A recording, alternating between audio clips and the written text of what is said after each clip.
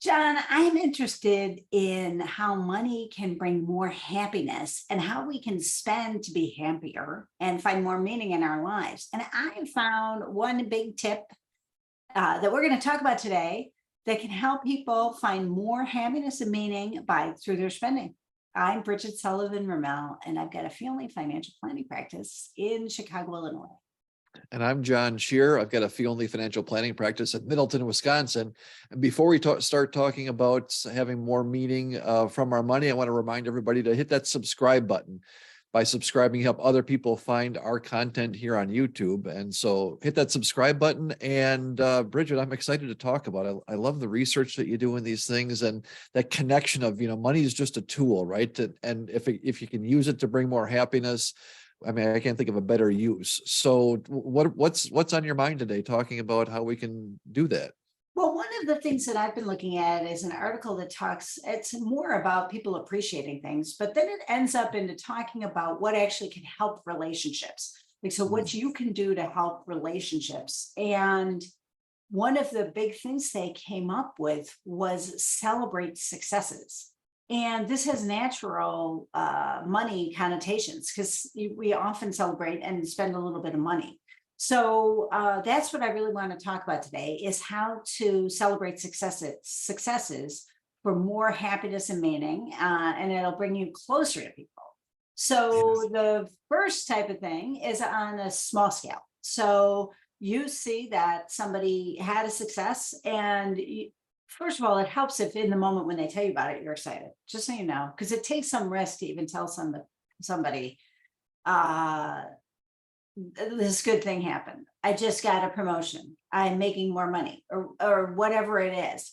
That there's a risk there because you're not sure how the person's going to react. So if you're on the receiving end of that, you could, saying, oh, that's great, that'll help your relationship, honestly. So I thought that was a very interesting topic. Like that, oh, there's a little risk in even telling somebody because you don't want them to rain on your parade. Yeah, that's isn't that interesting, that idea of taking a ride? I never thought about that before, but when you reflect on it, like, yeah, sharing some of those things does have some risk to it, right? So maybe that's part of this on one side is being able to share and be thinking about that on the giver side, but then on the receiving side, being genuinely happy. And I'll tell you, I've not I think of celebrations, little thing, maybe you take somebody out for dinner, right, to celebrate something. And I think about that, hey, making them feel good sort of a thing. But the idea that it deepens relationships, I think that's really interesting. That's not, I imagine it's a subset of what I've thought before, but that idea that maybe being intentional about that and looking for ways to do that can help me, whether it's in my marriage or with friends or other family, that's really powerful. Yeah, because people, when they're telling you, sometimes they don't really know how great the news is themselves, right? And so they're kind of like slightly positive. I have this good news to share. And then like your reaction can either amplify it. So you have an opportunity to amplify or kind of dampen, right? And so if you Yeah. amplify it with them and say, oh, that's great, let's go celebrate, that helps your relationship because they feel like that you see them and that you see what's important to them and that your happiness is kind of tied to their happiness a little bit, like you are getting a kick out of the good thing that's happening to them, and that helps everybody feel better.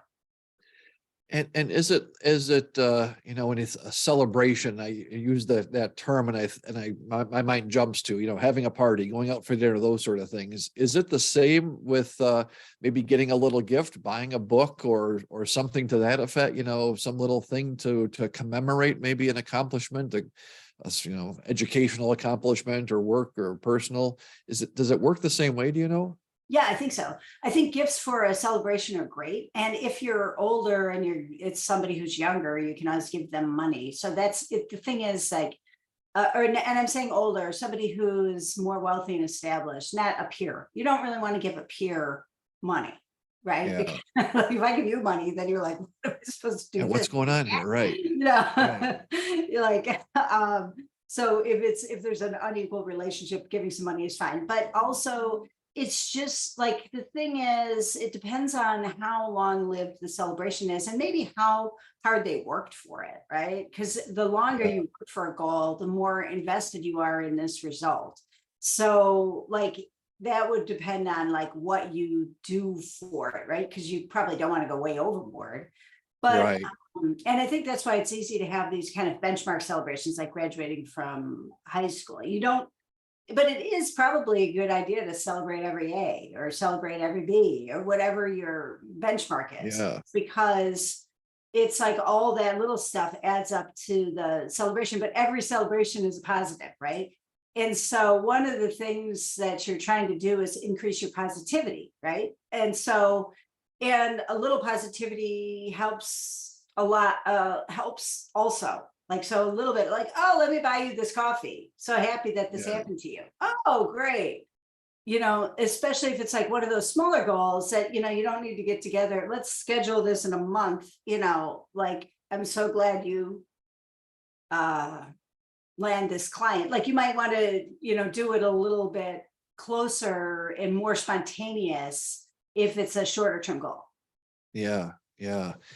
It's really interesting to think about the idea of, I'm just thinking back, my wife and I had our 25th wedding anniversary a few years ago, and we went up to a fancy resort, and the kids went to grandma and grandpa's for the weekend and had a little getaway. And I think of those as, fun things to do in the celebration, but, not necessarily deepening our relationship.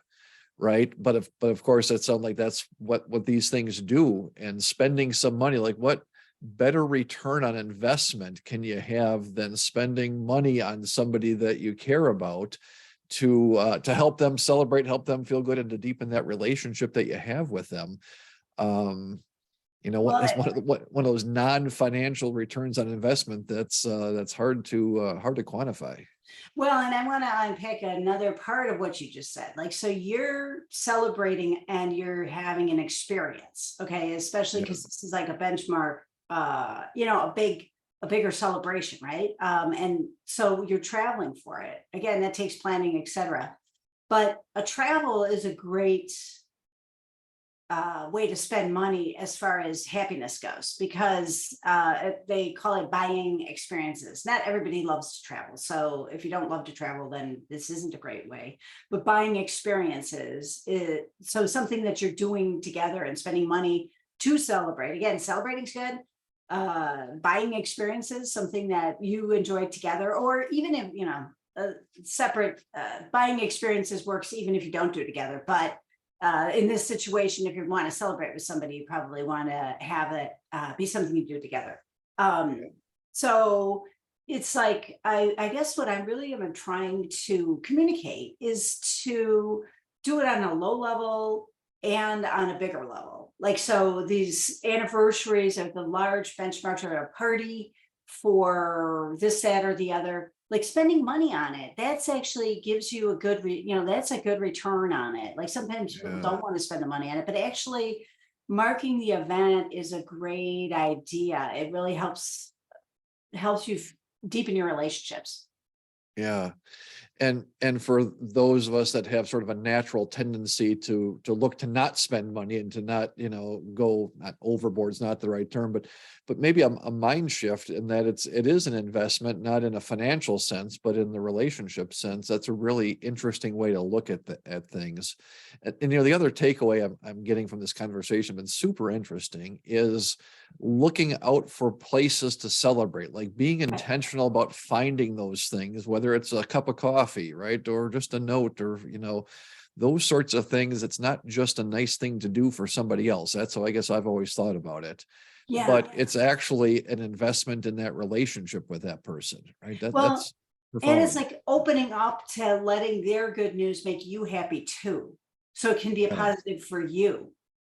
yeah, Like, so it's like experience that a little bit, like, oh, their good news is my good news. Oh, I feel good about that. Like, again, that helps deepen the relationship and it helps you feel happier too. yeah. That's fantastic. That's great. Awesome. Well, So with those tips, we'll yeah. leave it there, John. I'm Bridget Sullivan Vermount. I've got a family financial planning practice in Chicago, Illinois. And I'm John Shearer. I've got a fee only financial planning practice in Middleton, Wisconsin. And before we sign off here, just wanted to remind everybody to hit that subscribe button, help other people find our work here on YouTube. And both Bridget and I are members of the Alliance of Comprehensive Planners. If you like the way that we work and the things that you hear on our show, check out acplanners.org to find an advisor in your area.